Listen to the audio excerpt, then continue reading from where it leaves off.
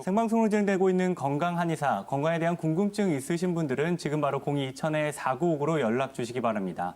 저희는 계속해서 퇴행성 관절염에 대해서 이야기를 나눠보도록 하겠습니다. 앞서 이마성 원장님이 퇴행성 관절염이 많이 나타나는 부위가 무릎이라고 했는데요. 양재원 원장님, 무릎을 많이 쓰지 않아도 이런 골반의 각도나 다리 모양들에 따라서 관절염이 올 수도 있는 건가요? 네, 올 수도 있습니다. 제가 이렇게 구조를 이렇게 설명해 드리도록 하겠습니다. 조금 있으면 이렇게 그림이 하나 나올 텐데요. 여기 앞에도 이렇게 무릎뼈가 있습니다. 여기 이것을 대퇴골이라고 이야기하고요. 얘를 경골이라고 이야기합니다. 이 대퇴골은 고관절, 골반하고 이렇게 연결되어 있고요. 여기 경골은 밑에 발목 관절 위에 얹어져 있습니다. 골반의 각도에 의해서 이 대퇴골의 각도가 이렇게 변하고요. 그리고 발목의 각도에 의해서 이 경골의 각도가 이렇게 변하게 됩니다. 이 뼈가 휘어지진 않는데 이 각도들이 골반에 따라서 발목 관절에 따라서 그 각도가 변하게 되는데요. 여기 있는 대퇴골과 이 경골이 이루는 각을 생겨서 세로축으로 이렇게 선을 그어보면은 약간 이런 식으로 이렇게 바르지 않고요. 이렇게 약간 틀어지게 되거든요. 이렇게 틀어지게 되는 이 각을 Q각이라고 이야기를 합니다. 이런 Q각의 크기에 따라서 무릎이 안쪽에 아플 수도 있고 바깥쪽에 아플 수도 있고 이런 통증이 다르게 나타나는데요.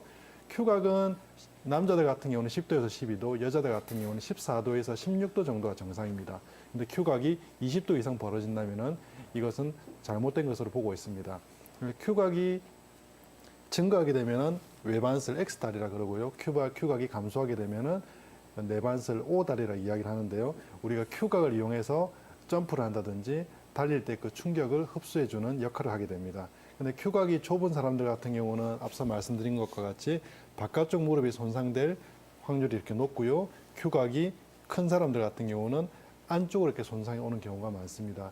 여자분들이 넓은 골반 때문에 남자분들보다 이렇게 출산 때문에 골반이 좀 넓지 않습니까? 넓은 골반 때문에 Q각이 굉장히 좀 큰 경우가 많습니다.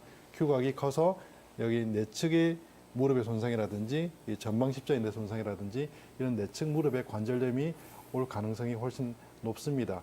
그렇기 때문에 이런 구조로 인해서 골반의 구조 그리고 골반의 구조가 영향을 미치는 Q각 때문에 이런 관절염이 쉽게 올 수도 있고 더 빨리 진행될 수도 있습니다. 네 분의 원장님들과 생방송으로 진행되고 있는 건강 한의사, 이 밖에도 건강에 대한 궁금증 있으신 분들은 02-2000-4959로 언제든지 연락 주시기 바랍니다.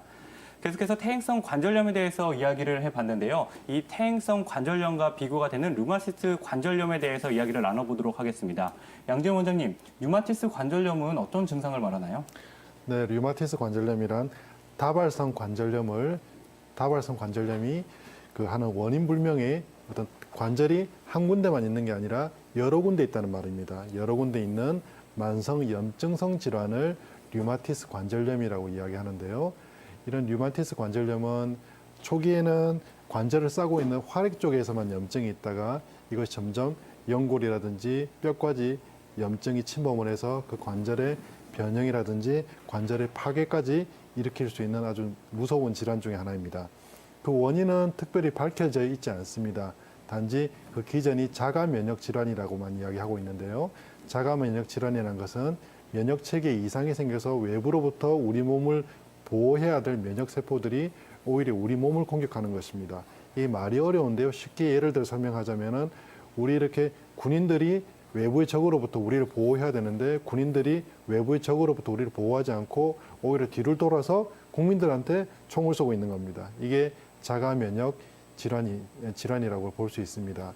이런 이렇게 증상을 이렇게 보면요. 관절 안에 활액이 이렇게 차면서 그 관절에 부종이 생기고요. 그리고 관절의 통증, 그리고 열감, 발적 등의 증상이 발생하게 됩니다. 관절염이 최근에는 감기만큼이나 이렇게 흔한 질병이 되면서 관절염에 대한 수많은 정보들도 쏟아지고 있는데요.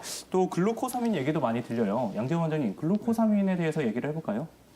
네, 글루코사민이 예전에 최근 몇 년 전에 글루코사민이 굉장히 이렇게 선풍적인 인기를 끌었던 것 같습니다. 선풍적인 인기를 끌고 관절염이 있으신 분들 같은 경우는 글루코사민을 굉장히 많이 이렇게 사 드셨던 것 같습니다. 그래서 의학계에서나 건강보조식품계에서 서로 이렇게 글루코사민의 효과에 대해서 갑론을박 여러 가지 이야기를 많이 했던 기억이 납니다.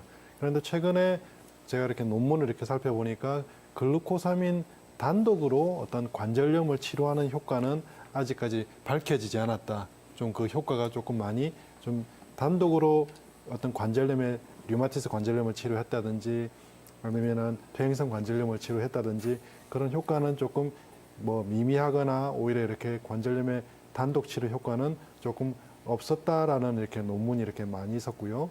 그리고 글루코사민 자체가 그 어떤 그 부작용 같은 거는 많이 없기 때문에 이런 관절염을 치료할 때 이런 보조식품으로서 어떤 관절을 좀 튼튼하게 해주는 보조 효과는 충분히 있는 것 같습니다. 뼈의 건강을 위해서 챙겨 드시는 음식이나 이런 거 있으신가요?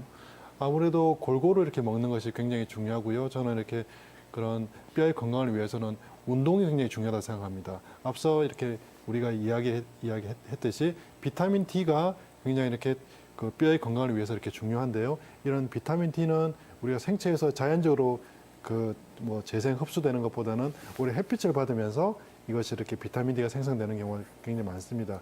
그렇기 때문에 이런 비타민 D를 위해서 야외에 나가서 이 운동을 하는 것이 굉장히 중요하고요.